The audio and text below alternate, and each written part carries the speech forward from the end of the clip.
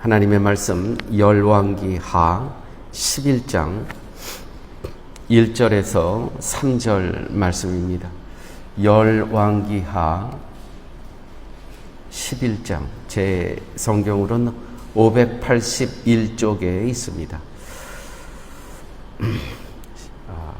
열왕기하 11장 1절에서 3절 말씀입니다. 아하시아의 모친 아달랴가 그 아들의 죽은 것을 보고 일어나 왕의 씨를 진멸하였으나 요람 왕의 딸 아하시아의 누이 여호세바가 아하시아의 아들 요아스를 왕자들의 죽임을 당하는 중에도 도적하여 내고 저와 그 유모를 침실에 숨겨 아달랴를 피하여 죽임을 당치 않게 한지라. 요아스가 저와 함께 여호와의 전에 6년을 숨어 있는 동안에 아달랴가 나라를 다스렸더라. 아멘.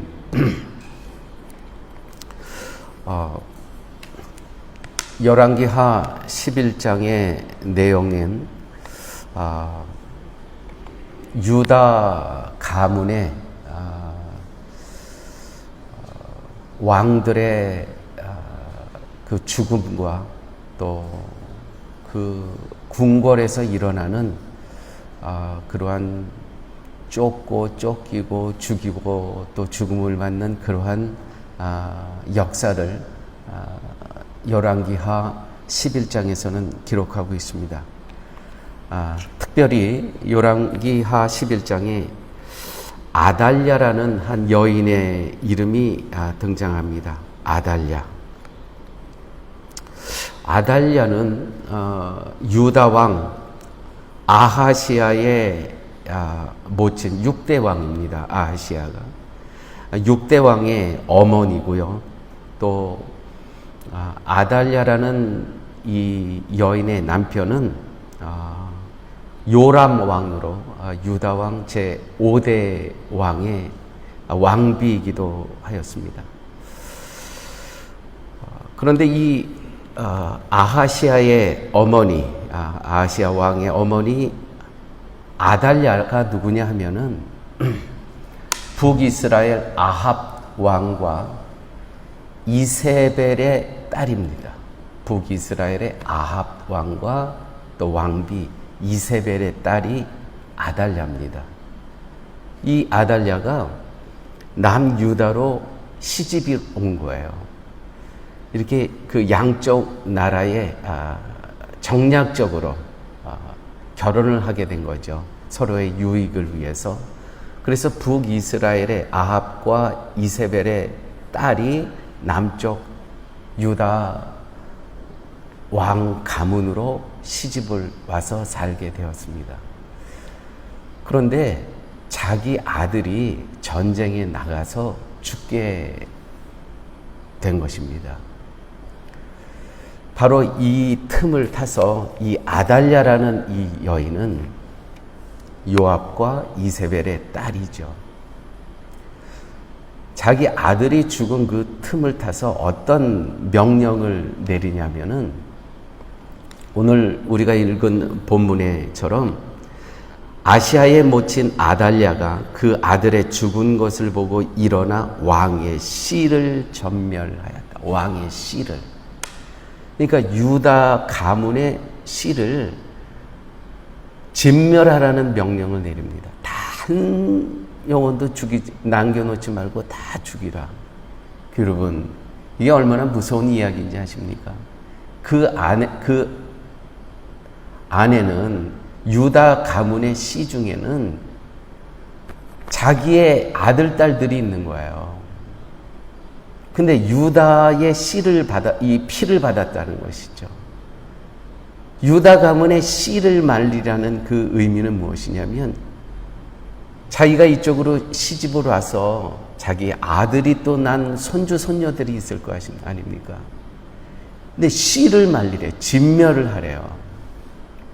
뭡니까? 이 가문은 창세기 13장에서 나오는 말씀, 여자의 후손을 통해서 이 메시아가 오고 그리스도가 온다는 이 말씀의 예언을 파기하겠다는 겁니다. 이 씨를 다 멸하겠다는 겁니다. 그래서 실질적으로 이 아달랴는 아들이 죽고 유일하게 유다 왕족 중에서 유일한 여성의 왕이 됩니다. 그런데 하나님께서는요, 이 사람은 아달랴라는 이 아합과 이세벨이 누구입니까? 갈멜산에서 엘리야와 그 바알 제사장들과 누가 진짜 신이냐 싸움을 했던, 바로 그 당시에 왕과 북이스라엘의 왕과 왕비가 바로 이 아합과 이세벨 그 딸이라는 것이죠.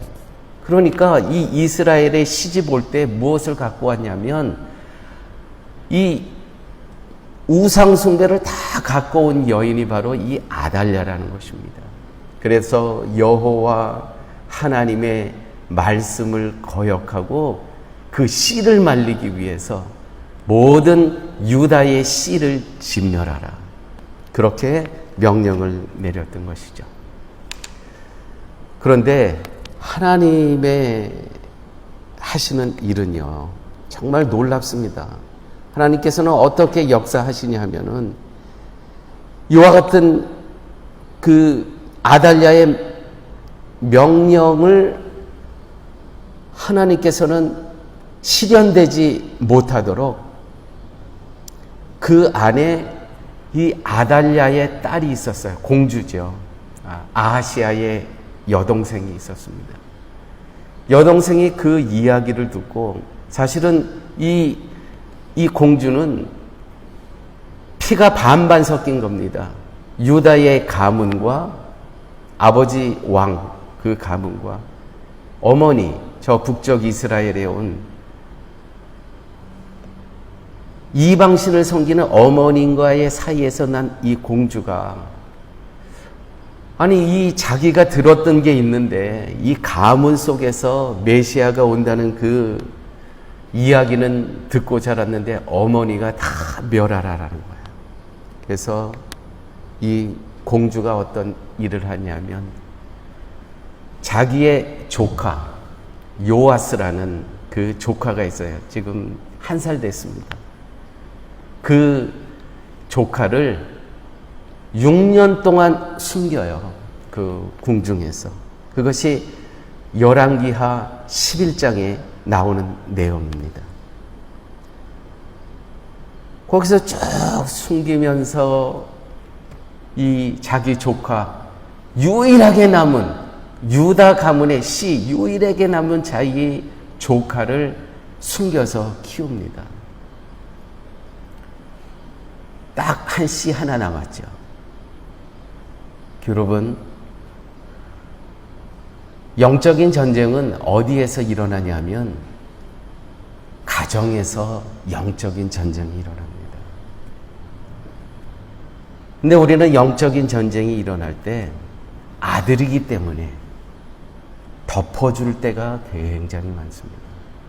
또한 부모이기 때문에 지금 영적인 전쟁이에요. 분명히 하나님의 말씀을 반하고 우리 가정에서 일어나는 일들이 있다는 것이죠. 그런데 그게 내 손자이고 내 할머니고 내 어머니고 아들이고 하는 이런 관계 때문에 분명히 알아요. 이거는 말씀에 반하고 있다는 것. 그런데 우리는 그러한 정 때문에 하나님의 뜻을 포기할 때가 우리는 삶 가운데 많이 있다는 것이죠. 특별히 우리 이 시간은 다 가정의 어른들이 이 자리에 계신데 분명히 내 아들이 잘못되고 있는 거 알아요. 내 손주가 잘못된 거 알아요. 그런데 우리의 삶 가운데 이 말씀에 대한 확실한 믿음이 없으면, 담대함이 없으면 너 그거 악이야. 너 그거 지금 잘못된 길로 가고 있는 거야. 이 말 못합니다. 참 어려운 겁니다. 왜요? 나에게 그런 말씀의 확신이었기 때문에, 내가 예수 그리스도의 십자가의 은혜를, 그리스도를 인격적으로 만난 경험이었기 때문에, 나의 믿음이 여호와 하나님이 창조주 하나님이라는 그 확신이었기 때문에 이 말씀을 갖고 너 그거 악이야, 잘못된 길로 가고 있는 거야 라고 말하기가 쉽지가 않습니다. 그런데 오늘 이 말씀 가운데 이 요아스의 고모, 또한 아하시아의 왕의 누이 동생 여호세바라는 이 공주가 어머니의 말을 거역합니다. 저거는 잘못됐다. 그래서 유일하게 남은 씨, 유다의 씨 요아스를 6년 동안이나 숨겼다는 것이죠. 6년 동안. 여러분 한번 생각을 해보십시오. 6년 동안 그거 숨겨서 키우기가 얼마나 힘들겠습니까? 그 아달랴 어머니의 눈에 띄면 다 죽는 거예요. 왜요? 아달랴는 왕이 됐거든요. 이스라엘에. 눈에 뜨면 죽는 건데 그거를 6년 동안이나. 이 여호세바라는 공주가 위대한 것이 아니고요. 참 여호와 하나님께서 하시는 일이 너무나 기가 막힙니다. 그 안에서 하시는 이 일이 마치 모세가 태어났는데 유다의 그 피를, 히브리 민족의 피를 갖고 태어난 아이들은 다 죽이라고 하잖아요. 그래서 그 모친이 어떡합니까? 조그만 갈대 상자에 집어넣어 갖고 강물 위에 띄우셨습니다.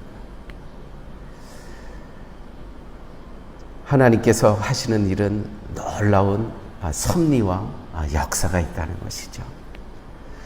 사랑하는 교회 여러분, 기억하십시오. 우리의 영적인 전쟁은 어디 저기 멀리 먼 나라에서 이루어지는 것이 아니고요. 가정에서 이루어진다. 여러분 사업체에서 얼마든지 영적인 전쟁이 그 복판에 내가 있을 수 있다는 거예요. 교회 여러분, 교회라고 없나요? 교회가 정말 영적인 전쟁이 많은 거예요. 특별히 교회의 임직자들은 우리 교회에서 저건 분명히 아니야. 저 성도가 하는 저 일은. 그런 일을 봤을 때 조용히 불러서 이거는 아닙니다.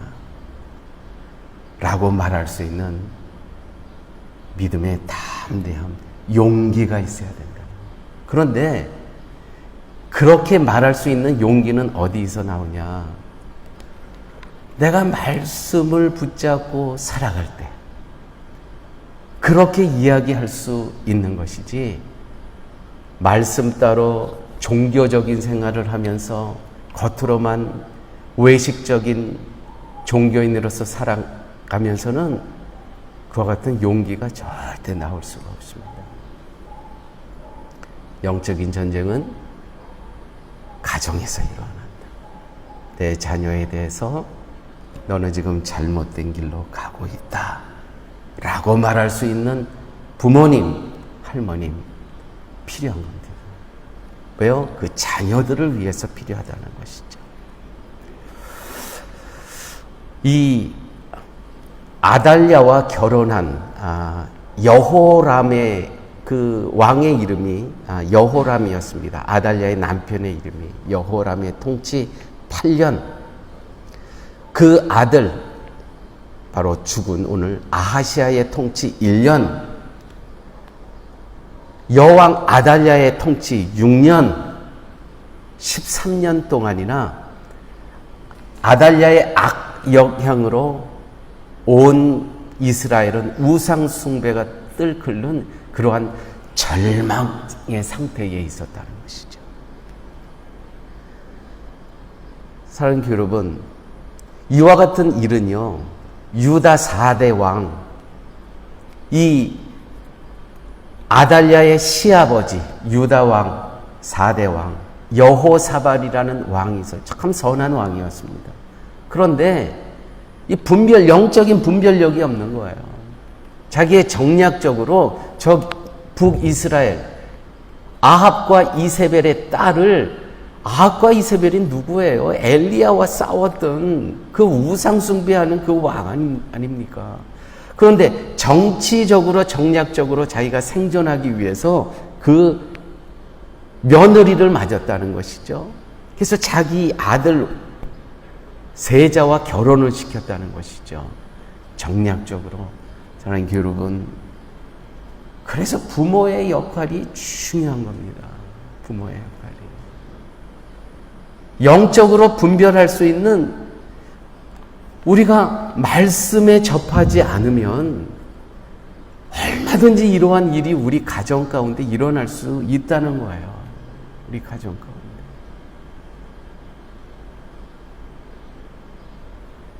신앙이 없는 어떤 한 남성이 돈은 많아요. 그런데 내 딸을 너무너무 좋아하는 거예요. 신앙은 하나도 없어요. 그 재물 보고 결혼시키는 부모님들 많이 봤습니다. 또 며느리 맞을 그 여자가 이뻐요, 똑똑해요, 좋은 대학 나왔어요. 신앙이 없어요. 결혼하잖아요. 바로 그 다음 날부터 주일 안 보입니다. 그래서 우리 부모님들이요, 이런 영적인 통찰력이 꼭 있어야 됩니다.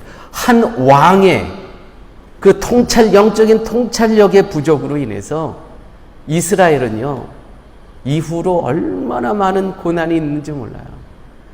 그래서 결국은 이런 한 사람의 잘못된 영적인 판단의 분별력의 부족으로 결국은 바벨론으로 다, 이스라엘 역사는, 유다의 역사는 다 없어지고요, 바벨론 포로로 끌려가게 되는 거예요. 거기 유다의 가문은 거기서 끝이 납니다. 그 이후에 돌아오게 되잖아요. 그 이후에는 왕의 가문, 유다 가문이 아니에요. 단지 유다 가문의 수룹바벨, 유다 가문이었죠. 수룹바벨이 그 가문을 이어서 제사장으로 오게 되죠. 왕은 끝났습니다. 이와 같은 일이 얼마든지 일어날 수 있게 된다는 것이죠. 그럼에도 불구하고 하나님께서는요, 당신의 약속, 창세기 3장 15절의 말씀, 여자의 후손에서 메시아가 나온다는 것이죠. 그 여자의 후손이 바로 그 유다의 가문의 씨를 받고 자란 요셉이라는 한 의로운 사람이 있었습니다. 그 한 사람을 통해서, 또 마리아를 통해서 예수 그리스도가 이 땅에 오시게 되었다는 것이죠. 하나님의 계획과 하나님의 섭리와 경륜은요, 인간이 아무리 악해도요, 상황이 아무리 어두워도요, 하나님께서는 계속 일하고 계신다는 것이죠. 사랑하는 여러분, 혹시 여러분의 삶 가운데 지금 정말 어둠의 터널을 지나고 계시는 성도님 계십니까? 한 줄기 빛도 없이 정말 깜깜한 상황 가운데, 여기가 마지막일 것 같은 그러한 상황에 처하신 성도님, 이 아침에 이 자리에 계신 성도님 계십니까? 여러분, 기도의 끈을 놓지 마세요. 그 왕궁에서 여호사밧 이 공주는 6년 동안 유다의 씨를 숨겨가면서 키웠어요. 무엇으로 가능했을까요? 기도의 줄을 놓지 않았다는 것입니다. 하나님, 내가 말씀을 믿습니다. 기억하십시오. 기도의 줄은 우리 가문의 생명줄이다. 우리 이 시간 한번 따라 합시다. 기도의 줄은 생명줄이다. 이 말씀이 여러분들의 가정과 기업과 여러분들 미래에 늘 실천되는 기도의 끈을 놓지 않는 우리 사랑의 교회 성도님들 되시기를 예수님의 이름으로 축원드립니다.